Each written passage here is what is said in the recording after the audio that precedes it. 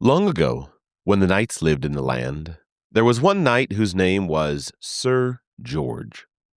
He was not only braver than all the rest, but he was so noble, kind, and good that the people came to call him Saint George. No robbers ever dared to trouble the people who lived near his castle, and all the wild animals were killed or driven away, so the little children could play, even in the woods, without being afraid. One day, St. George rode throughout the country. Everywhere he saw the men busy at their work in the fields, the women singing at work in their homes, and the little children shouting at their play. "These people are all safe and happy. They need me no more," said St. George. "But somewhere, perhaps, there is trouble and fear. There may be some place where little children cannot play in safety. Some woman may have been carried away from her home. Perhaps there are even dragons left to be slain. Tomorrow I shall ride away and never stop until I find work which only a knight can do." Early the next morning, St. George put on his helmet and all his shining armor and fastened his sword at his side. Then he mounted his great white horse and rode out from his castle gate. Down the steep, rough road he went, sitting straight and tall, and looking brave and strong, as a knight should look. On through the little village at the foot of the hill, and out across the country he rode. Everywhere he saw rich fields filled with waving grain. Everywhere there was peace and plenty. He rode on and on, until at last he came into a part of the country he had never seen before. He noticed that there were no men working in the fields. The houses which he passed stood silent and empty. The grass along the roadside was scorched as if a fire had passed over it. A field of wheat was all trampled and burned. St. George drew up his horse and looked carefully about him.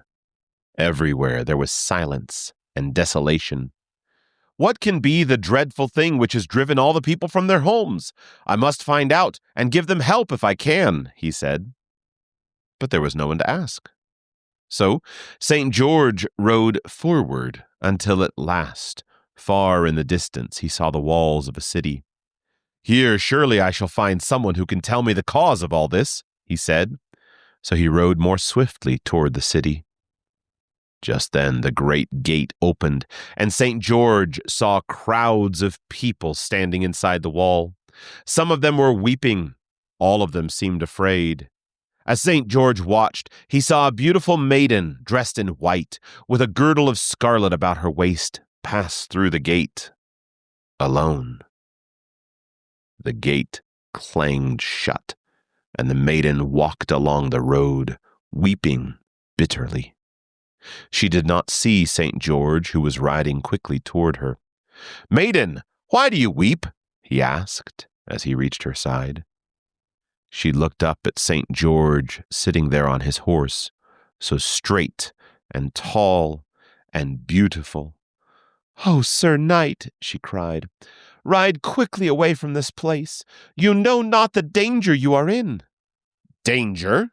said St. George. "Do you think a knight would flee from danger? Besides, you, a fair girl, are here alone. Think you a knight would leave you so? Tell me your trouble that I may help you." "No, no," she cried. "Hasten away.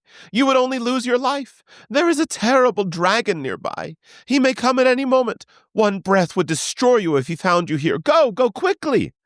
"Tell me more of this," said St. George sternly. "Why are you here alone to meet this dragon? Are there no men left in yon city?" "Oh," said the maiden, "my father, the king, is old and feeble. He has only me to help him take care of his people. This terrible dragon has driven them from their homes, carried away their cattle, and ruined their crops. They have all come within the walls of the city for safety. For weeks now the dragon has come to the very gates of the city. We have been forced to give him 2 sheep each day for his breakfast. Yesterday there were no sheep left to give, so he said that unless a young maiden were given him today, he would break down the walls and destroy the city. The people cried to my father to save them, but he could do nothing. I am going to give myself to the dragon. Perhaps if he has me, The princess! He may spare our people!" "Lead the way, brave princess. Show me where this monster may be found." When the princess saw St. George's flashing eyes and great, strong arm as he drew forth his sword, she felt afraid no more. Turning, she led the way to a shining pool. "That's where he stays," she whispered. "See, the water moves. He is waking." St. George saw the head of the dragon lifted from the pool. Fold on fold he rose from the water. When he saw St. George, he gave a roar of rage and plunged toward him. The smoke and flames flew from his nostrils, and he opened his great jaws as if to swallow both the knight and his horse. St. George shouted, and waving his sword above his head, rode at the dragon. Quick and hard came the blows from St. George's sword. It was a terrible battle. At last the dragon was wounded. He roared with pain and plunged at St. George, opening his great mouth close to the brave knight's head. St. George looked carefully, then struck with all his strength straight down through the dragon's throat, and he fell at the horse's feet, dead. Then St. George shouted for joy at his victory. He called to the princess. She came and stood beside him. "Give me the girdle from about your waist, O princess," said St. George. The princess gave him her girdle, and St. George bound it around the dragon's neck, and they pulled the dragon after them by that little silken ribbon back to the city, so that all the people could see that the dragon could never harm them again. When they saw St. George bringing the princess back in safety and knew that the dragon was slain, they threw open the gates of the city and sent up great shouts of joy. The king heard them and came out from his palace to see why the people were shouting. When he saw his daughter safe, he was the happiest of them all. "O brave knight," he said, "I am old and weak. Stay here and help me guard my people from harm." "I'll stay as long as ever you have need of me," St. George answered. So he lived in the palace and helped the old king take care of his people. And when the old king died, St. George was made king in his stead.